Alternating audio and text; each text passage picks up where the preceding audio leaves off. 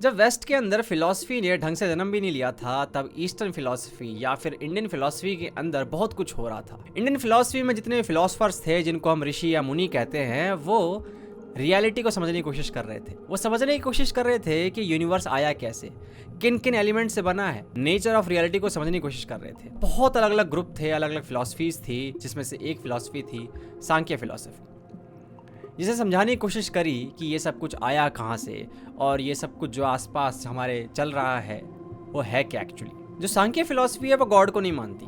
वो नहीं मानती कि गॉड कोई है और कोई क्रिएटर है। वो इसके बिना ही कोशिश करती है समझाने का कि ये सब कुछ आया कहाँ से। उनके हिसाब से दो ही फंडामेंटल रियलिटी है, जिसको ये बोलते हैं पुरुष और प्रकृति। इसी कारण सांख्य की जो फिलॉसफी है उसको ड्यूलिस्टिक फिलॉसफी कहते हैं, क्योंकि इसमें दो फंडामेंटल रियलिटी को माना गया है। पुरुष का मतलब यहाँ मेल से नहीं है। सांख्य के अंदर पुरुष का मतलब है प्योर कॉन्शियसनेस से। जैसे कि हमारे वेदांत के अंदर हम ब्रह्मन की बात करते हैं, ब्रह्म की बात करते हैं, प्योर कॉन्शियसनेस की बात करते हैं, वैसे ही सांख्य के अंदर जो प्योर कॉन्शियसनेस है उसको पुरुष बोला गया है। अब जो पुरुष है ना, ये इटर्नल है। इसकी कोई शुरुआत नहीं हुई थी, ना कोई अंत है। ये हमेशा से था और हमेशा रहेगा। अब पुरुष जो है प्योर कॉन्शियसनेस है, इसी कारण ये सिर्फ विटनेस करेगा। ये एक्ट नहीं करता कुछ, ये इनएक्टिव है। ये ना कॉज है ना इफेक्ट है हमारे इस यूनिवर्स का। ये सिर्फ विटनेस करता है इस यूनिवर्स को बनते हुए, बिगड़ते हुए। और दूसरी चीज है प्रकृति। प्रकृति का भी यही नेचर है, वो भी इटर्नल है, वो भी हमेशा से थी। ना उसकी कोई बिगिनिंग है ना कोई एंड है। लेकिन एक कमाल की बात है, प्रकृति एक्टिव है, इसके अंदर पोटेंशियल है। जो पूरा यूनिवर्स है वो प्रकृति के अंदर ऐसा पोटेंशियल हमेशा से रहता है। सांख्य वाले कहते हैं कि जब पुरुष और प्रकृति इंटरेक्ट करते हैं ना, तब ये यूनिवर्स मैनिफेस्ट होता है। ये इसको एक्सप्लेन करने की कोशिश करते हैं सत्कार्यवाद से। ये कहते हैं कि जो इफेक्ट होता है ना, वो कॉज के अंदर पहले से ही होता है। मतलब कि मिट्टी के अंदर पहले से पोटेंशियल था कि वो घड़ा बन पाए। कुछ और चीज होती तो शायद नहीं बन पाती। पेट्रोल के अंदर वो पोटेंशियल था कि वो गाड़ी को चला पाए। वो केमिकल एनर्जी थी जिसके कारण गाड़ी चल पाई आपकी। वैसे कहते हैं कि जो यूनिवर्स था ना, ऐसा पोटेंशियल प्रकृति के अंदर पहले से था। अब हुआ क्या, बात कहाँ बिगड़ी? प्रकृति के अंदर 3 गुण होते हैं, सत्व, रजस और तमस। सांख्य वाले कहते हैं कि ये तीनों गुण होते हैं ना, ये बेसिकली ना हर जगह देखे जा सकते हैं पूरे यूनिवर्स के अंदर, हर चीज़ों के अंदर, हर सिस्टम के अंदर। इसी कारण उनको लगा कि जो फंडामेंटल रियलिटी होगी ना, उसके अंदर भी 3 गुण होंगे ही होंगे।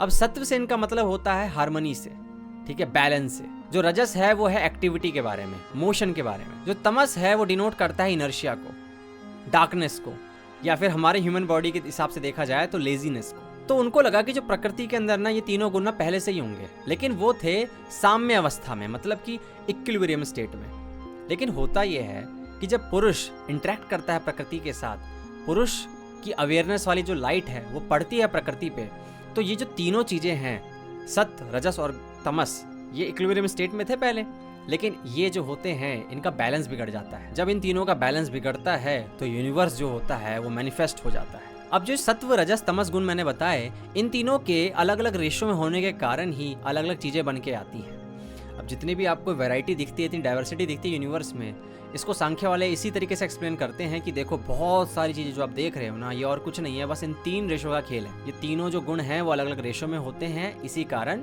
ये सारी चीज़ आपको देखने को मिलती है। अब बहुत सारे लोगों के दिमाग में ये सवाल आता है कि ये जो पुरुष और प्रकृति हैं ये इंटरेक्ट करते ही क्यों हैं। इसको समझाने के लिए ना एक बहुत अच्छा एग्जाम्पल दिया जाता है। मैंने HS सिन्हा जी हैं प्रोफेसर, अब तो इस दुनिया में नहीं रहे, लेकिन उनका चैनल है, उस पर मैं वीडियो देख रहा था इसके बारे में। तो उन्होंने अंधे और लंगड़े का एक एग्जाम्पल लिया था इसको समझाने के लिए कि किस तरीके से जो प्रकृति है वो अंधी है, ठीक है, उसके पास पोटेंशियल है, वो एक्टिविटी कर सकती है, लेकिन अंधी है, उसको नहीं पता कहाँ जाना है।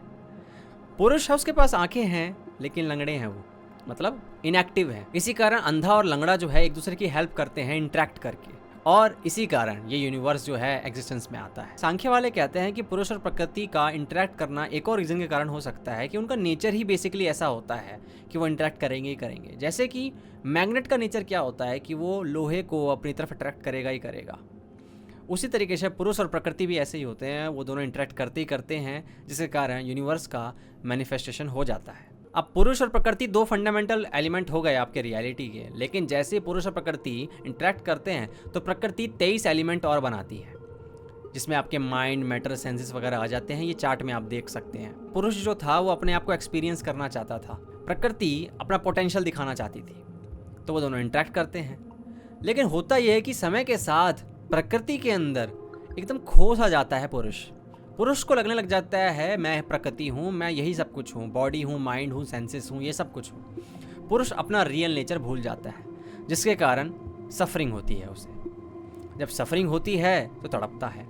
तो सांख्य वाले बताते हैं कि सफरिंग से निकलने के लिए, मतलब कि मोक्ष प्राप्त करने के लिए, पुरुष को अपना रियल नेचर समझना होगा। उसको समझना होगा वो ये प्रकृति नहीं है, वो ये माइंड, बॉडी, सेंसेस ये सब कुछ नहीं है, वो अलग है, उसकी अलग पहचान है। जिस तरीके से आज का साइंस भी इस फंडामेंटल रियलिटी को समझने की कोशिश कर रहा है कि ये सब कुछ आया कहाँ से, कोई तो ऐसी चीज़ होगी ना जिससे सब कुछ आया होगा। सांख्य वाले पहले एक्सप्लेन करके जा चुके हैं कि उनके हिसाब से शायद ये सब कुछ पुरुष और प्रकृति के कारण हुआ है। आप मुझे बताना कमेंट सेक्शन में आपको क्या लगता है इस फिलॉसफी के बारे में। अगर आप चाहते हैं कि मैं इस फिलॉसफी के अंदर जाऊं तो आप मुझे कमेंट सेक्शन में बता सकते हैं, मैं इसके ऊपर और वीडियो लेके आऊँगा।